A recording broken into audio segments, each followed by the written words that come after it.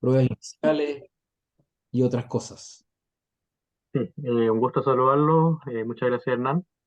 Eh, Todavía faltan unas pocas personas que completen la evaluación de entrada, pero ya la mayoría ya lo hizo. Así que cualquier persona que no haya podido entrar a la plataforma, que tenga dificultades, ahí recuerden que me pueden contactar, ya sea por el correo, que es lo que siempre lo más sencillo quizás a la mano.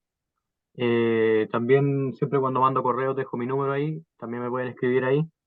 La idea es que cualquier dificultad que ustedes tengan para acceder a la plataforma y rendir esa evaluación inicial, la podamos corregir, porque después, de hecho, ya la próxima semana tenemos una evaluación que ya es de salida y esa ya es más importante, es lo mismo, la verdad es que no recuerdo exactamente, pero es más o menos los mismos contenidos. Y esa sí es más, ya es como con nota, que sé yo, no es complicada, pero sí esa es muy importante que la puedan rendir. Y la idea es que a esa altura ya nadie tenga duda, ojalá con el uso de la plataforma. También dejamos ahí una encuesta de satisfacción. Entiendo, Javier, que esa ya está como lista para que la puedan ir respondiendo, ¿no? Sí, voy a Ya, consultarlo y lo respondo durante la clase vía mensaje parte de arriba. perfecto.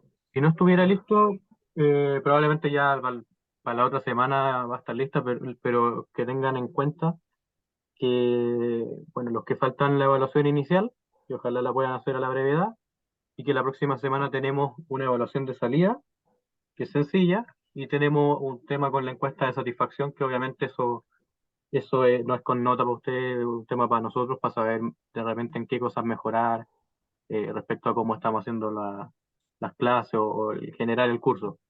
Así que eso por mi parte, Hernán, muchas gracias. Mecanismo de participación de este clase sería como, Bueno, a ver, ahí nos coordinamos con Freddy, como siempre lo hemos hecho, ¿cierto? Ahí la idea es que él nos pueda ayudar, ahí abrir el espacio también para cuando quieran participar, y como siempre nos recomienda Javier, que cualquier persona que quiera participar, que ojalá se pueda acercar al notebook para que lo podamos escuchar bien, dado que desde los asientos no se escucha muy bien. Así que cerca del notebook, ahí, ojalá sin que nada nos interfiera, se escucha perfecto para que puedan participar. súper. ¿Ya están mirando la presentación? Perfecto. Sí. Ya. Bueno, entonces hoy día en esta clase, que es una, en general en otras ocasiones hemos estado dictando dos clases por vez, vamos a tocar este tema que es bien importante y que no sé cuál es la proporción de mujeres y hombres en la sala, pero me da la sensación de que siempre hay más mujeres que hombres.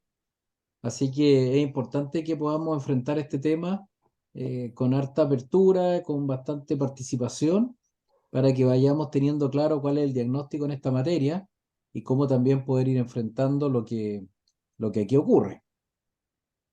Entonces, hemos estado viendo la historia, la situación actual, los desafíos del sistema previsional, cómo opera los distintos tipos de pensión y cómo funcionan las distintas modalidades. Y aquí le vamos a incorporar esta perspectiva de género que creo que nos viene a complementar bastante bien lo que ya hemos podido desarrollar. Y en ese sentido, tenemos que entender que el sistema como tal tiene una serie de regulaciones y en este sentido, en la etapa laboral, lamentablemente uno empieza a vivir y a evidenciar estas diferencias que se ven en los distintos géneros y esas distorsiones o brechas venían de antes en el sistema antiguo y además perduran en el sistema actual. En el mundo laboral tenemos ahí una perspectiva de discriminación o de brecha, donde si uno lo dice de manera simple, muchas veces para el mismo cargo existen remuneraciones distintas entre hombre y mujer. El acceso al mercado laboral también ha tenido algunos efectos de mayor presencia masculina y menor inserción femenina, muchas veces por razones obvias que o tienen otro cuidado con respecto a la familia, sean los hijos, el cuidado de adultos mayores, o simplemente el mercado tiene ahí una distorsión que las va dejando siempre en algún nivel de desventaja. Si miramos también el tema de estos cuidados o esta ausencia del mercado laboral, tenemos ahí lamentablemente el efecto de las lagunas previsionales. Cada vez que por alguna razón no estoy trabajando, sea justificado o no justificado, se genera un mes o un periodo en el cual no hay cotizaciones y por lo tanto se generan las lagunas previsionales y aumentan estas además. Y lo otro es que tenemos una diferencia, no sé si llamarla genética o no, pero claramente las mujeres tienen una expectativa de vida mayor que la nuestra y están viviendo más que los hombres. Y eso se va traduciendo incluso en las tablas de mortalidad o las tablas de expectativa de vida con la cual se calculan las pensiones. Entonces, en alguna clase habíamos dicho que si uno mirara estos temas, se daría cuenta que si la autoridad quisiera cambiar o mejorar las pensiones, una de las medidas que se podrían tomar es modificar justamente las tablas de mortalidad o las tablas de expectativa de vida para que no sea tan largo el periodo sobre el cual me van a calcular la pensión y de esa manera pueda yo objetivamente tener una pensión mayor. Y lo otro que la fórmula de cálculo que se ocupa para el cálculo de pensiones tiende a castigar a la mujer y además le pone una situación bien incómoda en el sentido de que ella se pensiona 5 años antes. O sea, puede pensionarse 5 años antes a los 60 años versus los 65 de los hombres. Y esa circunstancia trae aparejado el hecho de que es más el tiempo que tiene que durarle los fondos previsionales para su pensión, y por lo mismo, al ser más el tiempo, porque se pensiona 5 años antes, además vive más que el hombre. Por lo tanto, el periodo en que tiene que cubrir la pensión es mayor que el periodo del hombre que vive menos y que se pensiona después. Justamente hoy día me tocó leer una noticia nacional que tenía que ver con que en la reforma de pensiones ya se está empezando a discutir el ampliar la edad de jubilación, aumentar la edad, que no que sea los 60 y 65, sino aumentarla, y especialmente en el caso de las mujeres. Y esto venía aparejado porque por un lado tenemos la PGU y por otro lado tenemos la edad para recibir la PGU. Y la edad para recibir la PGU, en el caso de las mujeres, no está consagrado a los 60, sino que está recién autorizado a partir de los 65 años. Por lo tanto, si la PGU se recibe a los 65 años, tal vez también se estaba esperando que la edad de jubilación de las mujeres aumentara. Así que en esta clase nos vamos a encontrar con varios de estos temas que incomodan un poco, pero que a la larga es la realidad que nos toca vivir. Y de una manera mucho más clara la presenta el director de la oficina de la OIT, que es la Organización Internacional del Trabajo, y que nos va a presentar un video muy claro, pongámosle harta atención, ojalá haya buen volumen en la sala, porque creo que él refleja, pero de una manera impecable, lo que he tratado yo de transmitirle. Javier, si es posible. Sí, quisiera poder contarles de que le voy a exhibir en pantalla. Perdón, exhibo. Pantalla, ahí, Una chef. sí, en la, perdón, no se me carga. Ahí aparece en pantalla la diapositiva. Si tuviesen su celular, pudiesen capturar el código QR que está a la derecha de la imagen del señor de quien le vamos a contar en este momento. Pudiesen capturar el código QR y el video va a aparecer en su celular. ¿Ya? Ahora bien, se lo Pero, vamos a presentar a través del ah, Data Show para que lo pudiesen escuchar todos. Pero si lo quisieran llevar a la casa, capturan el QR y lo guardan ahí en su móvil. En este momento le voy a exponer lo que está aquí en línea. Lo voy a dejar en pantalla amplia para que pudiésemos escuchar a don Fabio Bertrono, director de la Oficina de la Organización Internacional del Trabajo, para el cono sur de América Latina.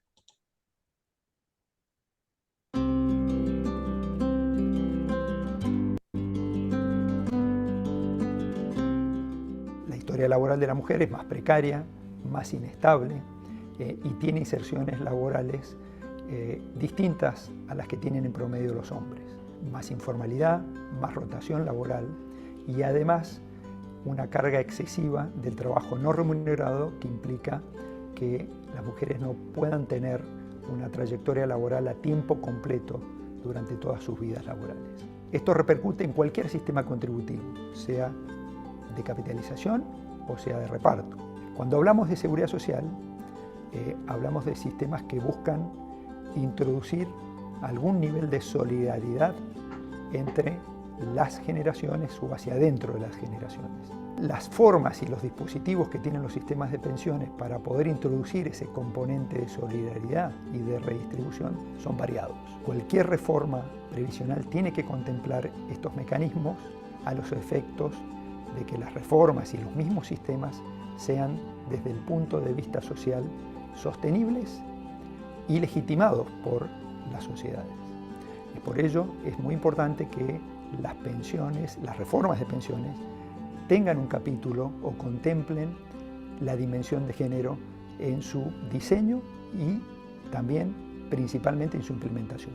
Una forma es tener en el diseño del seguro social fórmulas de beneficio que sean más favorables para las mujeres o tengan la posibilidad de compensar algunas responsabilidades que siguen estando sobre las espaldas de las mujeres, principalmente el trabajo no remunerado, como también el trabajo de cuidado de niños, niñas y adolescentes, como también el de las personas con discapacidad o las personas mayores.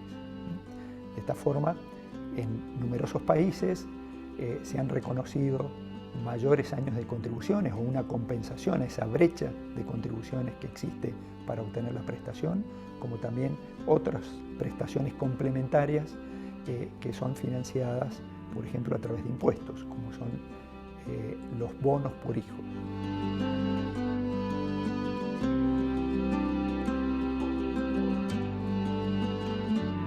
La edad de retiro es una variable clave en los sistemas de pensiones.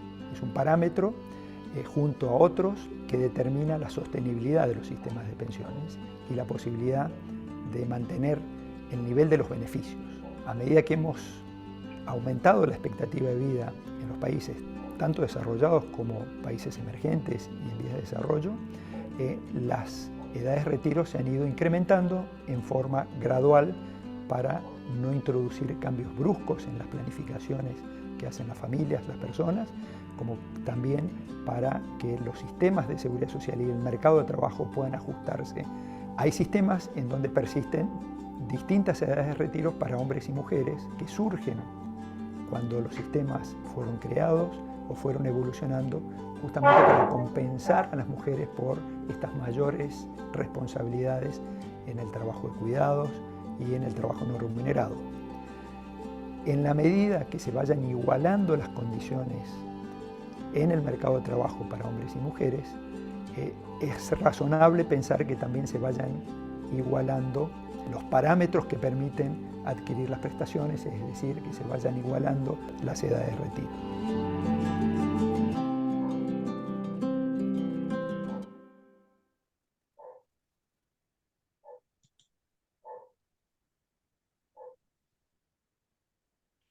Suyo, profesor. Muchas gracias. Bueno, aquí yo creo que, insisto, la claridad del mensaje como que no deja ni una duda ni posibilidad tampoco de interpretación.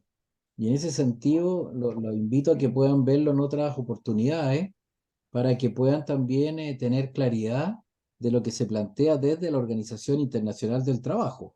O sea, es el organismo por excelencia que regula el término de trabajador y empleador y que regula también los derechos laborales y todo lo que tiene que ver con el mundo del trabajo. Y ya tener en su máxima autoridad y una perspectiva de género y poner el acento de que en esta materia nos falta todavía mucho por recuperar y obviamente tenemos que incorporar un elemento solidario, un elemento redistributivo. Son elementos que están en la reforma de pensiones, esta famosa reforma de pensiones que ya 3 gobiernos han intentado echarla a andar y que esperemos que ahora haya una apertura mayor para que estos temas que en general no se hablan, pero que están incorporados, pueda tener, como digo yo, una discriminación positiva hacia la mujer. De hecho, uno de los principios inspiradores de una de las reformas es tener un principio de discriminación positiva hacia la mujer y de clase media. Tanto así que se busca que tengan un porcentaje mayor en la medida que tengan mayor número de cotizaciones y también que hayan otros beneficios que permitan que efectivamente puedan tener una perspectiva de futuro un poco mejor para superar varias de las variables que son complejas en el caso de ella. Vamos a una pequeña encuesta que está a continuación. Javier, si la podemos realizar. Profesor, ¿se pudiese contarnos cuántos alumnos hay en sala como para tener una idea de quiénes participarían de encuesta?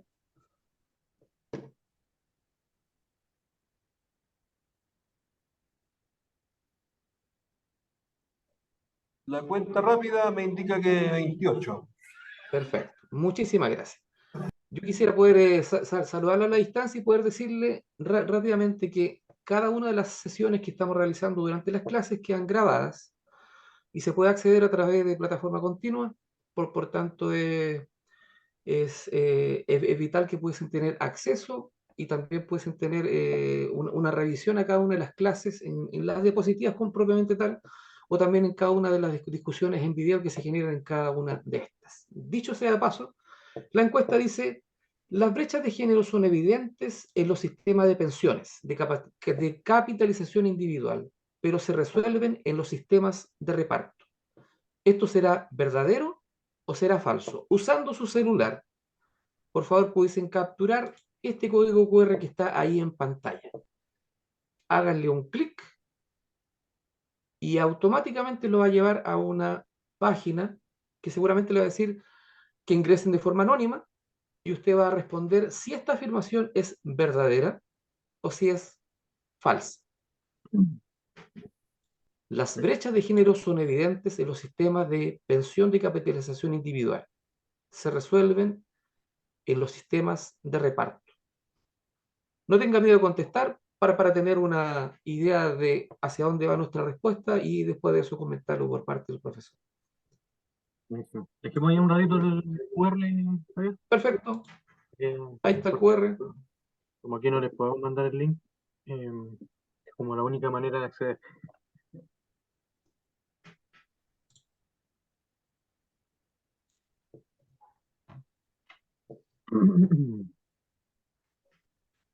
Aquí la cuenta dice que 4 han validado. No olvide de marcar la opción y validarla. Exacto. Hay 2, hay 3 ingresos y falta que se valide para marcar la opción.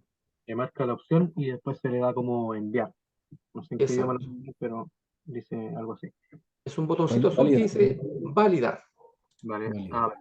Hay 10 personas que han contestado, 11, 12 y en adelante las validaciones. Perfecto. Y un recordatorio más, en ese link que acaban de entrar, lo ideal es que se queden ahí, no se salgan porque después viene otra encuesta y si ustedes permanecen ahí, les va a aparecer después la pregunta en el momento oportuno y no van a tener que escanear de nuevo. De forma automática. Exacto. Hay 18 ingresos, profesor, 18 validaciones, 21 escaneos, 18 validaciones. ¿Un código QR, Javier, a qué distancia lo capta? Si un celular está, dependiendo la ampliación que tenga en pantalla, 3 metros, 4 metros, Estoy no habría pensando las problema. alumnas que están más atrás, ¿alcanzan a captarlo o se tendrían que acercar? Idealmente, si no lo captase, el teléfono le va a avisar. Le va a decir Ok. que no lo capta, hasta que suene y va a ingresar automáticamente. Perfecto. Y bueno, Y tenemos ahí 19, buena respuesta ya. Exacto, hay 19 validaciones en este momento.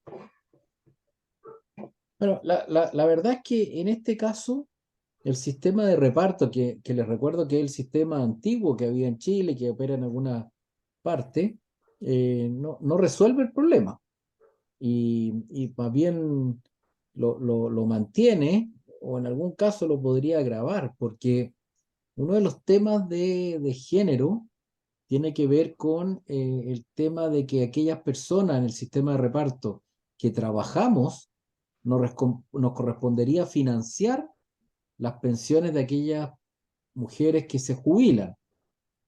Y si es que cada vez son más las personas que se jubilan, por lo tanto los pasivos, y tenemos una reducción en la población de las personas que trabajan, serían menos personas que tendrían una mayor carga en cotizaciones para poder financiar las pensiones de los mayores. Y esa solidaridad intergeneracional, desde las generaciones más jóvenes a las generaciones mayores, lamentablemente no se da. Podemos ser solidarios para las campañas en Chile, para la Teletón, pero claro, un aporte puntual y de una vez. Pero si yo permanentemente en mis cotizaciones voy a tener que estar sacando una parte de mi ingreso para financiar a aquellas personas que están jubilándose, creo yo, y esta encuesta la he hecho en varias oportunidades, las personas no se inclinan por ese comportamiento. Por lo tanto, la verdad es que es falso que en el sistema de capitalización individual se pueda superar lo que corresponde a el tema de las mujeres. Y lo otro es que las lagunas eh, no se cubren. O sea, yo tuve lagunas y esas lagunas se mantienen y persisten. Por lo tanto, me va a generar un tremendo daño porque me van a faltar cotizaciones y me va a faltar tiempo para poder efectivamente cumplir un monto más atractivo para que haya un cálculo de pensión mayor. Así que por ahí está un poquito la conclusión. Y recordarles que en el tema de pensiones, efectivamente se ha avanzado en aquellas materias que tienen que ver con esta desigualdad o estas brechas de género. Pero las perspectivas o las modificaciones que han habido, todavía yo creo que son muy tímidas en esta materia. Hemos pasado de este sistema de reparto a capitalización individual y después sí se incorporó en el pilar solidario un elemento con la pensión básica solidaria de vejez y la pensión básica solidaria de invalidez, que tendió a mejorar más la perspectiva de las mujeres más carentes de recursos, de cotizaciones. Se dio ahí un elemento importante. Y después la gran oportunidad estaba puesta en la PGU. Y la PGU, si ya tenemos esta diferencia de edad para jubilar entre las mujeres a los 60 y los hombres a los 65, la PGU podría haber quedado para las mujeres a los 60 y para los hombres a los 65, al igual que el resto de los sistemas estatales o de beneficio estatal. Pero eso tenía que ver con cuentas y tenía que ver con costos, y la verdad es que no se innovó en esta materia y por lo tanto se seguía generando una diferencia, tanto para mujeres como para hombres, porque se igualó la edad de las mujeres a la de los hombres para poder solicitar la pensión garantizada universal. Y en este sentido, claro, personas que trabajan o que trabajan de manera independiente o no remunerados también incluso, porque el independiente cotiza, pero cotiza en la medida que está teniendo una actividad que le hace generar una boleta honorario y presta un servicio y por lo tanto le pagan y ese pago lleva a una contribución, a una cotización. Pero hay trabajos no remunerados, el cuidado de la casa, ser dueña de casa, trabajar en el mercado informal, va llevando a que yo puedo tener ingresos, no estoy obligada ni obligado a cotizar y por lo tanto esos meses y esos periodos se van traduciendo en lagunas previsionales. Y el trabajo remunerado, que como le digo puede ser independiente o dependiente, tiene también sus distorsiones porque hay brecha en los sueldos, en los ingresos, y eso obviamente trae aparejado que el monto, que el chanchito que yo voy a acumular para el cálculo de la pensión final va a ser más bajo y por lo tanto al ser más bajo va a tener una brecha y una diferencia en el monto de la pensión.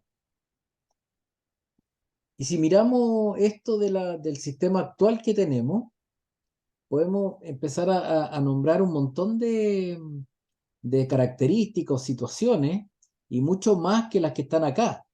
¿En qué sentido? Enumeremos. Las mujeres eh, entran en algunos casos al mismo tiempo de una manera más tardía al mercado del trabajo. Al entrar más tardío al mercado del trabajo con mayor edad, tienen menos tiempo de cotización, porque en general se pensiona a los 60. Por lo tanto, si una persona ingresa, por decirle algo, a los 20 años, hasta los 60 tiene 40. Y si un hombre ingresa a los 20 años, hasta los 65 que le da para pensionarse, tiene 45 años de posibilidad de trabajar, cotizar y acumular fondos.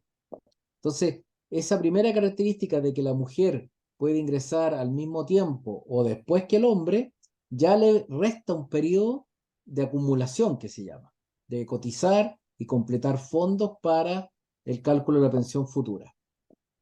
Si además supongamos que ingresan al mismo tiempo, la mujer tiende a tener mayores lagunas previsionales, fundamentalmente por un tema medio cultural que todavía se arrastra en términos de que le corresponde un rol o le hacen corresponder un rol de mayor cuidado con respecto a las labores del hogar, al cuidado de los hijos, a la crianza de los niños e incluso al cuidado de hijos inválidos o familiares o los mismos padres que son mayores, por lo tanto, tienen que dejar el mercado del trabajo y terminan generando, obviamente, actividades no remuneradas que no llevan aparejado un ingreso, que no tienen como correlato una cotización y que por lo mismo se genera ahí otra laguna más. Además, como ya les explicaba al comienzo, y lo decía muy bien el director de la OIT, las mujeres tienden, de acuerdo a las tablas de expectativa de vida, a vivir más que los hombres. Entonces, se pensionan antes y viven más. Entran al mercado del trabajo después, pero se pensionan antes. En el mercado del trabajo tienen menos tiempo de cotizaciones y por lo tanto tienen más lagunas. Y además, al pensionarse a los 60 años, es curioso, pero en ese momento, en vez de estar pensionada y poder recibir ya los beneficios del Estado, el Estado le dice, no, señora, usted tiene que esperar el cumplimiento de los 65 años. Por lo tanto, por todas las variables en que uno mire este tema, tenemos una tremenda desventaja en términos de lo que de verdad ocurre con las mujeres en el mercado previsional. Y eso lo decimos con tanta fuerza porque además en la reforma de pensiones debiera estar bogándose y peleándose porque efectivamente estas brechas de género sean menores y se puedan sumar o superar estas diferencias o estas discriminaciones.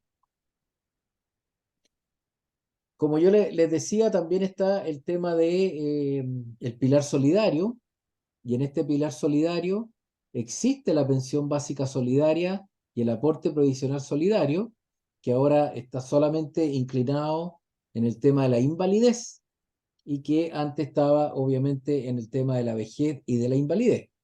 Y como está este tema, tenemos claro que las mujeres tienen para este beneficio que esperar una cantidad de años mayor. Y al tener que esperar una cantidad de años mayor, quedan con un periodo de nuevo de, no incertidumbre, pero de desventaja. Porque si se pensiona a los 60 y tiene que esperar hasta los 65 para poder recibir la PGU, ya tiene 5 años en que está gastando su pensión y no tiene como complemento la PGU. Y si además no tiene derecho a pensión y le correspondía por derecho propio la PGU, no la puede acceder o no la puede solicitar porque no tiene los 65 años cumplidos. Por lo tanto, se ve ahí de nuevo una situación bien compleja que tiene que tener este compás de espera de 5 años para poder obtener estos beneficios del Estado. Y eso trae de por sí una discriminación absolutamente arbitraria e injusta. Buena parte de estos problemas muchas veces se dice porque en su tiempo quienes mayoritariamente legislaban eran hombres y tenían esa perspectiva mucho más unilateral que con esta visión más abierta. ¿Y cómo se fue de alguna u otra manera resolviendo esto? Una es que se estableció lo que era el bono por hijo nacido vivo. Significaba que a cada mujer, independiente de su condición personal, laboral o económica, se le iba a otorgar por cada hijo nacido vivo o muerto, biológico o hijo adoptado, un bono que lo iba a recibir también a los 65 años. Y eso implicaba que iba a recibir un 10% de 18 ingresos mínimos, o lo que es lo mismo que 1,8 ingresos mínimos por cada hijo. Hoy día eso está cerca de 700.000 pesos más o menos, y lo van a entregar a las madres cuando cumplan los 65 años. Pero ojo, esto seguramente también lo vimos, pero no es malo recordarlo, que no se entrega de manera automática. No es que el Estado, aunque tenga los recursos, se lo va a entregar a las mujeres que hayan tenido hijos, sean madres biológicas o adoptivas, por cada hijo cuando cumplan los 65 años. El Estado provisiona estas platas, pero las entrega sí y solo si la mujer lo solicita. Por lo tanto, ojo con eso, porque sus mamás o personas que ustedes conozcan que pueden tener los 65 años y pueden tener el derecho al bono por hijo nacido vivo, podrían estar perdiendo tiempo y recursos al no solicitarlo a partir de los 65 años. Y si lo piden después, esto no tiene efecto retroactivo. Solo lo van a pagar desde el momento que la persona lo solicite. Lo otro que es importante explicar es que existe un segundo instrumento, o lo que se llama un tipo de afiliación, que es la afiliada o afiliado voluntario o voluntaria. El primer tipo de afiliación son los afiliados dependientes, los segundos son los independientes, y la tercera figura sería la cotizante o el cotizante voluntario o voluntaria. ¿Y cómo opera esto? Personas que quieran aportar de sus ingresos cotizaciones a aquellas personas que no tienen ingresos o que tienen un trabajo no remunerado, les permite inyectar de su sueldo, de su ingreso, plata a la cuenta previsional de esa persona. Y como mayoritariamente las mujeres jefas de hogar, dueñas de casa o que están preocupadas de la crianza, no reciben un ingreso, la pareja, el marido, podría destinarles plata a esa cuenta y le activaría no solamente un fondo, sino que también una serie de otros derechos previsionales. Y si la persona está trabajando, le puede incluso pedir a su empleador: descuénteme a mí cotizaciones para mi AFP y descuénteme también cotizaciones para mi pareja, mi mujer, en su propia AFP y en su propia cuenta obligatoria. Y con esto reemplazamos, moderamos o equilibramos un poco el efecto negativo del hecho de que las lagunas previsionales van teniendo un efecto muy negativo en la pensión específicamente de las mujeres. ¿Hay dudas, José? ¿Alguien o profesor, alguien está levantando la mano? ¿Alguien tiene alguna inquietud?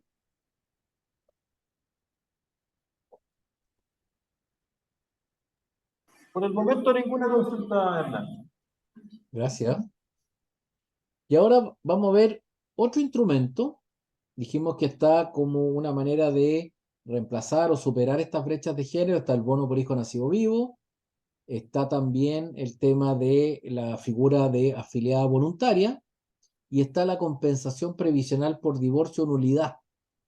Esto significa que aquella parte de la relación más débil, que ha tenido claramente un menoscabo económico por el hecho de no haber podido trabajar o por haber tenido otras circunstancias muy apremiantes que no le han permitido, que no le permitían desarrollar una actividad remunerada, uno plantea esa situación en el juicio de divorcio, y es el juez o la jueza la que puede pedirle a la FP, que es de la parte más fuerte o que no se ha visto afectada, que le saquen, y escuchen bien, que le saquen hasta el 50% de las cotizaciones del marido o de la mujer para ser traspasada a la cuenta de la parte más débil o la parte compensada.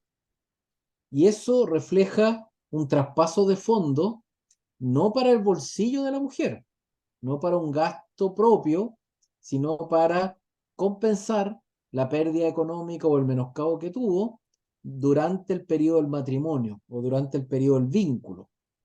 Y eso significa subsanar todos esos ingresos que la persona dejó de recibir y que se podrían agregar en este momento.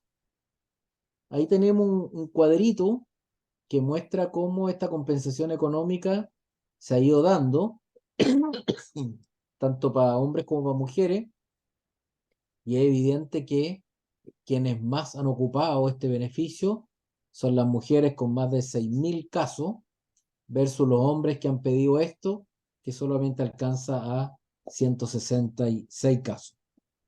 Entonces es importante tener en cuenta que frente a la realidad del divorcio, de la nulidad, yo, aparte de todos los costos emocionales que tiene esta parte de la etapa de la vida, puedo tener efectivamente una compensación económica. Y eso está establecido en la Ley de Matrimonio Civil, en los artículos 61 y 62.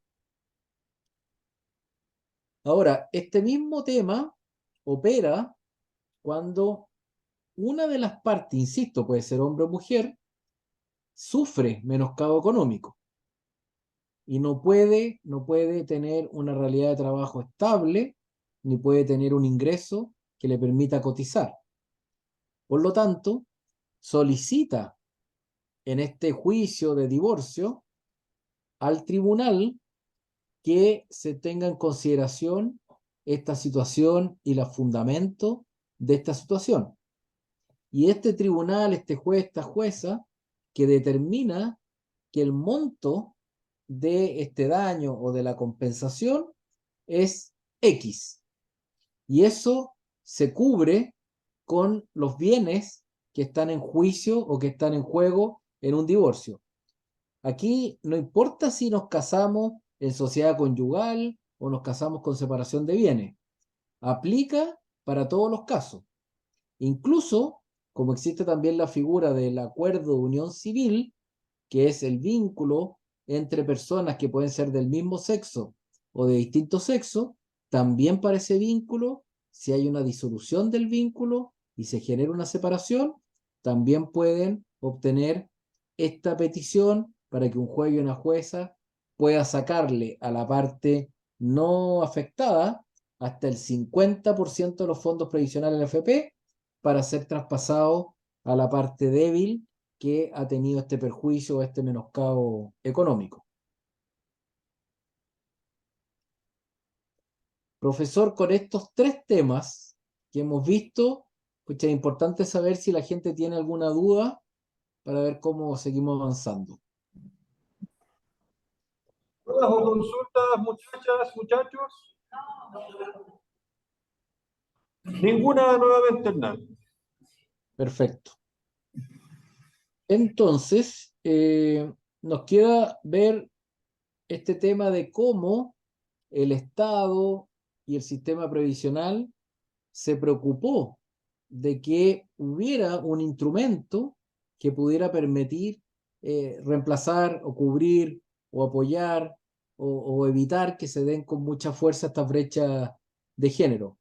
Y es por ello que a principios del año pasado se crea la pensión garantizada universal y esta viene a reemplazar a la pensión básica solidaria de vejez y al aporte previsional solidario de vejez. Y pasan a tener la PGU un rol mucho más preponderante en lo que son el ingreso de aquellas personas que no han tenido pensión o que tienen en ese fondo un nivel de vulnerabilidad mayor. Y por lo mismo reciben una PGU siempre y cuando se den algunos requisitos. Esos requisitos tienen que ver primero con un criterio etario, un criterio de edad. Lo reciben tanto hombres como mujeres, y en este caso, lamentablemente, a partir de los 65 años o más, lo pueden solicitar las mujeres para efectos de obtener esta PGU, que es de un monto de 173 pesos. Entonces, hay que tener claro que si bien es cierto, la mujer puede pensionarse a partir de los 60 años, solo podrá pedir la PGU a partir de los 65. Perdonen, todavía me queda un poco de resfrío. Y otra característica o criterio de esta PGU es que las mujeres que lo pidan tienen que ser del 90% más vulnerable de la población. O dicho de otra manera, no integrar el 10% más rico de la población chilena. Y el tercer criterio es un criterio de residencia, donde la mujer que solicite, aparte de tener los 65 años y no integrar el 10% de las familias más de mayores ingresos de la población chilena, deben acreditar al menos 20 años, continuo o discontinuo, desde los 20 años de edad, y demostrar también que tienen una residencia en Chile al menos los últimos 4 años de los últimos 5 en que solicitan la PGU. ¿Cómo se entiende esto? Si yo voy a pedir la PGU hoy día, van a mirar para atrás 5 años, y en esos últimos 5 años, al menos 4 años tengo que haber vivido en Chile. Y desde los 20 años de edad hasta el momento que pido la PGU, al menos tengo que haber residido en Chile 20 años. Esta PGU la reciben tanto hombres como mujeres que cumplan estos requisitos, ya sean chilenos o extranjeros. Y una duda que la gente en general tiene es también explicarle que esto lo pueden recibir aquellas personas que están pensionadas o no pensionadas. Yo puedo tener los 65 años y puedo cumplir los requisitos de edad, no ser del 10% más rico y tener los criterios de residencia en Chile y no haberme pensionado y puedo seguir trabajando. Y si cumplo estos requisitos, obtengo la PGU.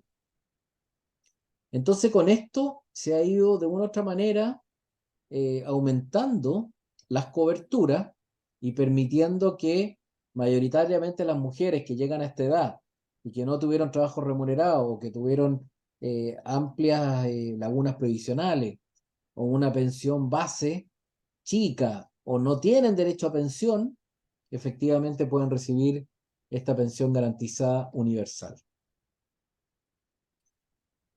¿Dudas, profesor?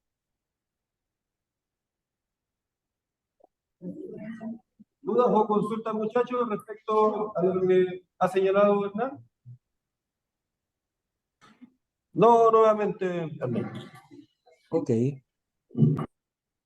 Entonces, al final vemos que si queremos de verdad entrar en este tema en serio y quisiéramos que las propuestas y las reformas de pensiones tengan este análisis y esta perspectiva de género, tenemos que ver que claramente hay diferencias en las esperanzas de vida.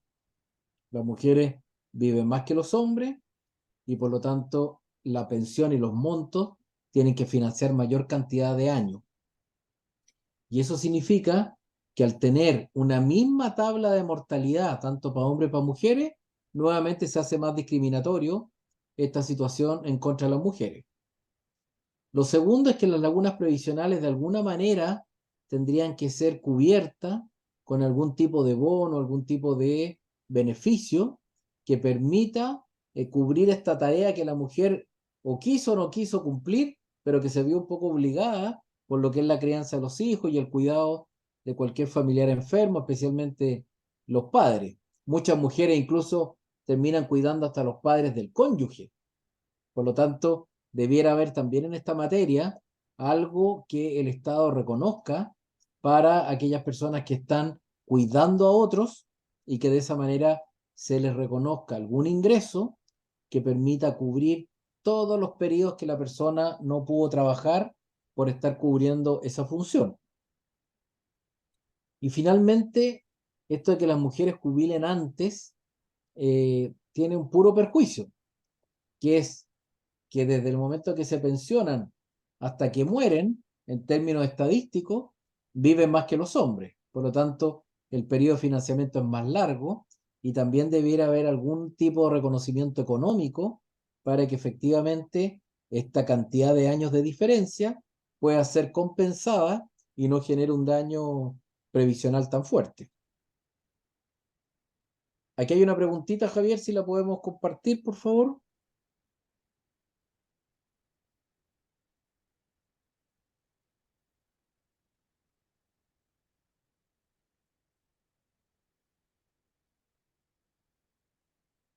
Vaya silencioso, Javier. De la misma manera que trabajamos hace un momento, si dejaron el teléfono abierto, automáticamente le va a aparecer este caso ahí en la pantalla, el cual dice, analizando el siguiente caso, María probó menoscabo económico durante su juicio de divorcio. Ella renunció a su trabajo cuando quedó embarazada de su primer hijo y estuvo 7 años cuidando en su hogar a sus 3 hijas.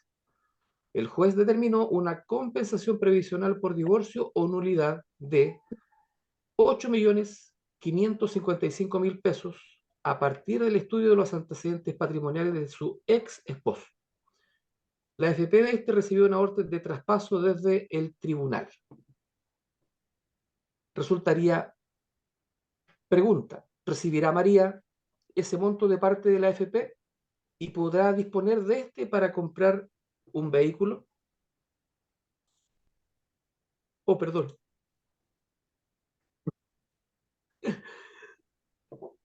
No, Hay no que ver pasa QR ahí nada. en caso de que alguien no la tenga. ¿El QR? Sí, en caso de que alguien se haya salido o se le haya cerrado, Ahí está el QR. tenerlo ahí. Ante el caso, María recibiría ese monto de parte de la AFP y puede disponer libremente para comprar un vehículo.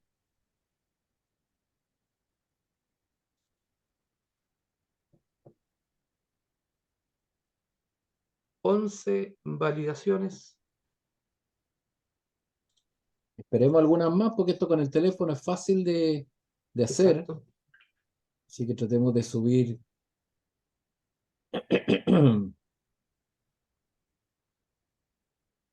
Muestro el QR otra vez en caso de...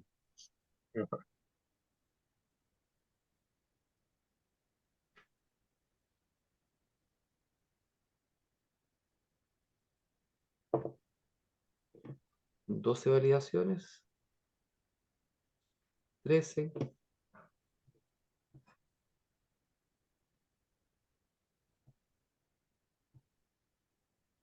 14.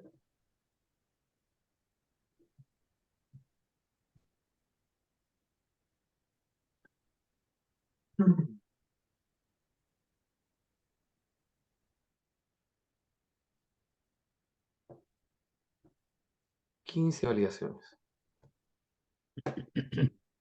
Llegando a las 20, estamos listos.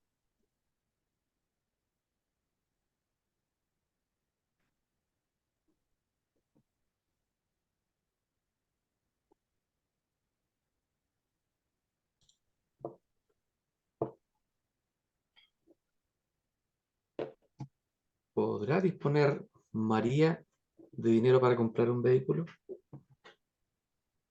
16.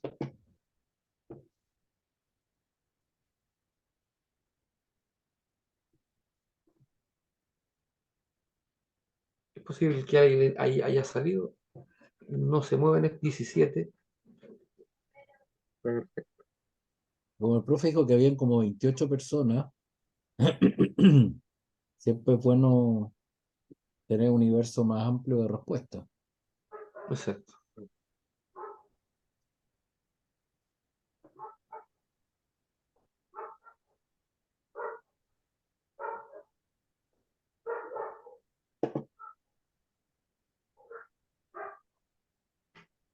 Podría estar ahí el código una última vez, Javier, en caso de que Ahí está en pantalla.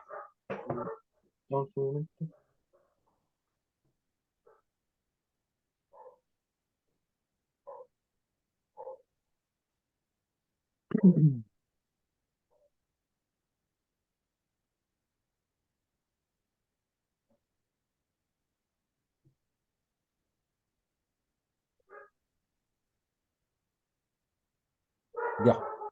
Nos quedamos sin 17. Vamos por ahí. De todas maneras se ve una tendencia ahí bien marcada. Sí, a ver, Javier, si pudiéramos anunciar esta respuesta sorpresiva. Le muestro Ya, muéstreme, la muéstremela. respuesta. Tengo Dice muchas dudas, tengo muchas dudas. Mire, en pantalla. mire lo que dice. Se deposita el monto por el juez o por la jueza en la cuenta de capitalización individual de María. La medida busca evitar que la pensión de María que va a recibir en la vejez sea baja debido a estas tareas de cuidado que le tocó asumir. Esta es una medida que busca reducir la brecha de género en pensiones. Dicho de otra manera, no es plata para el bolsillo, es plata que sale de la cuenta de la AFP del que va a compensar y se va por una resolución del juez que le manda a la AFP para que le saque la plata principalmente al hombre y la traspase a la cuenta de la AFP de la mujer. Por lo tanto, es plata que solo se puede destinar a pensión. No es de libre disposición. No es de libre disposición, como dice nuestro integrante del equipo, economista. Entonces, dicho esto, tenemos cubierto este tema de las brechas de género y creo que me queda solo comentar de que esto no es una materia como de análisis académico. Esto es un verdadero problema. Y este problema creo yo que se debería resolver generando mayor masa crítica. Me ha costado pensar en que en esta situación haya realmente una mayor, ¿cómo decirlo?, efervescencia pública. Yo creo que en la medida que este tema esté más puesto arriba de la mesa y haya más debate, debiera haber más conciencia. Porque ¿cómo me explican ustedes, especialmente las mujeres, que llevamos arrastrando años con estas diferencias y años con estas brechas? Y eso trae aparejado una situación que tal vez ustedes, porque son jóvenes, no les llama la atención. Pero si ustedes no pelean con esto, con aquellas personas que están cerca a ustedes, las autoridades, la misma gente que está en el ámbito de la política, los diputados, o todos los que en algún minuto están en el ámbito en el cual ustedes se mueven, esto va a seguir manteniéndose. Y es como lo que yo digo, es sin llorar. Si alguna vez uno cree que tiene que recuperar un régimen democrático y para eso va a luchar por recuperarlo, hay ahí una intención, ahí hay un objetivo, incluso ahí hay hasta una utopía. Si uno quiere defender sus valores, su religión o lo que sea, también hay un compromiso personal. Si uno quiere sacar adelante la familia, uno lucha porque los hijos vayan teniendo la igualdad de oportunidades y se vaya dando esto como corresponda. Lo mismo pasa en esta materia. Pero yo siento honestamente que no hay tanto debate ni nadie le presta tanta atención a este punto. Y una de las demostraciones tal vez es que hubo pocas preguntas de parte de ustedes mujeres para haber aclarado algunos de estos puntos. Y eso yo solamente espero que ninguna otra mujer que esté cerca de ustedes, que haya tenido una duda y les pregunten, ustedes no sepan responderle u orientarla. Porque el tema del divorcio y de la compensación económica, el tema del bono por hijo nacido vivo, el tema de la figura de la afiliada voluntaria, el tema de la compensación económica y de la PGU, son por lo menos avances muy importantes para disminuir o superar estas brechas de género. Por mi parte, profesor, es lo que tenía que transmitirle en la clase de hoy. Solamente dejo abierto si alguien tiene alguna inquietud o alguna duda para poder ir cerrando. Preguntas, consultas, muchachas, muchachos. Yo tengo una consulta mientras tanto, Hernán. Dígame. Una consulta contraria quizás a lo que es su clase, pero tocó un tema que me llamó la atención. En el caso de un divorcio, ¿cómo determina un juez que hubo menoscabo al trabajo de la eventual cónyuge? Porque claro, al momento de tener o ampliar la familia, uno de los progenitores puede aceptar voluntariamente y sin otros compromisos la crianza de los hijos. Sin embargo, cuando llega el divorcio, siempre es por un conflicto y claramente lo que en un principio fue un acuerdo, al momento de un divorcio se puede transformar en una situación totalmente distinta. Ejemplo, el matrimonio duró 7 años y en esos 7 años la mujer se dedicó a la crianza. Sin embargo, se acordó al principio que ella iba a tomar ese rol, acordando no recibir ninguna retribución por ello, pero al momento de concretar el divorcio cambia el discurso. Entonces, considerando esa variable del fenómeno, ¿cómo actúa el juez allí? Mira, ahí yo creo que justamente el juez tiene que tener elemento y fundamento para poder sacar la resolución final. Por ejemplo, si una mujer voluntariamente o de común acuerdo se ha dedicado a la crianza de los hijos y el marido ha tenido un buen sueldo o un sueldo estable, y obviamente la mujer ha visto perjudicar sus oportunidades, eso es evidente, porque ella va a tener 0 pesos en su cuenta y el marido va a tener un periodo amplio con cotizaciones. Y no necesariamente lo ha hecho con maldad, sino que lo ha hecho en desmedro de la labor de la mujer, que desarrolló una función no remunerada. Otro tema es que hay mujeres que, por ejemplo, han querido estudiar y no han podido, o maridos que terminan, por ejemplo, siendo destinados a otra ciudad y la mujer acompaña en esa lógica y tiene que dejar también trabajo u otras oportunidades que ha querido implementar, o el tema de un emprendimiento.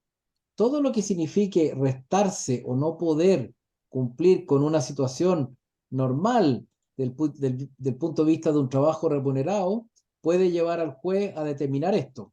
Porque si de común acuerdo la mujer hubiera querido dedicarse a la crianza, el marido también le podría haber cotizado de manera voluntaria y tampoco lo hizo. Entonces, no solamente no le permitió trabajar o llegaron al acuerdo de que ella no trabajara, sino que ella no recibió ni un ingreso durante todo ese periodo. Y eso, como digo, no es de mala fe, pero obviamente trae una desventaja y un perjuicio, en ese caso que usted está poniendo, profesor, para la mujer en ese ejemplo. Y así se pueden en fondo empezar a determinar otras realidades donde empiezan a aparecer los testigos.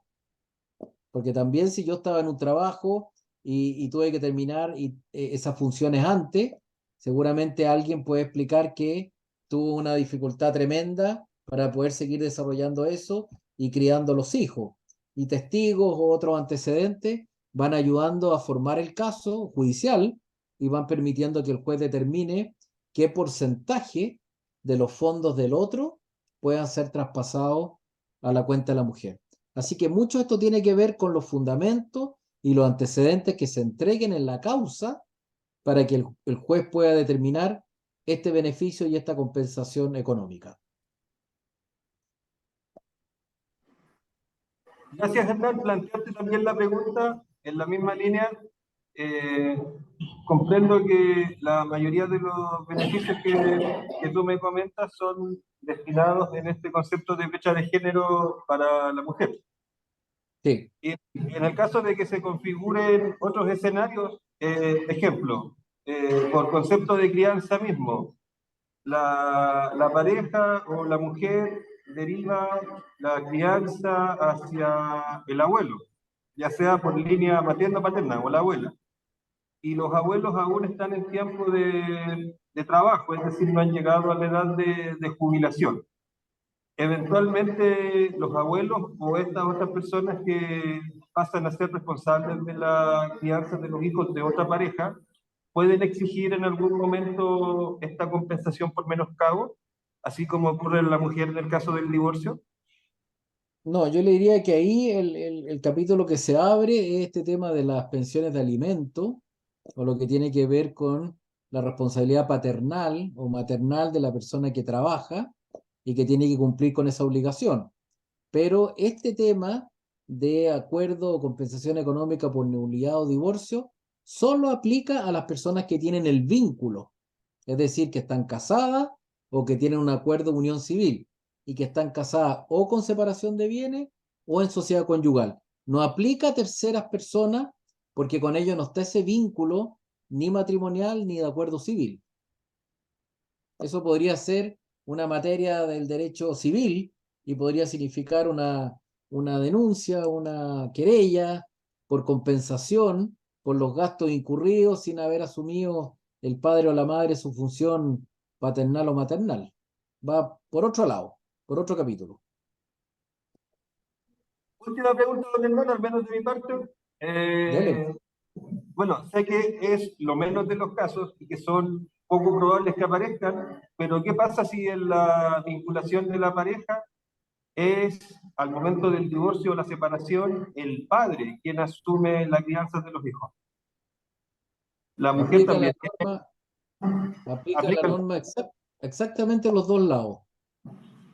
Si él es el que ha llevado el peso de la crianza de los hijos y esto le ha imposibilitado desarrollar una actividad económica o poder acceder solo a trabajos parciales y tener menos ingresos, por ejemplo, y la mujer ha podido desarrollar trabajos de jornada completa o de mejor ingreso, el hombre podría plantear en el juicio de divorcio al juez o a la jueza que considere esos agravantes para que efectivamente pueda otorgársele una compensación económica.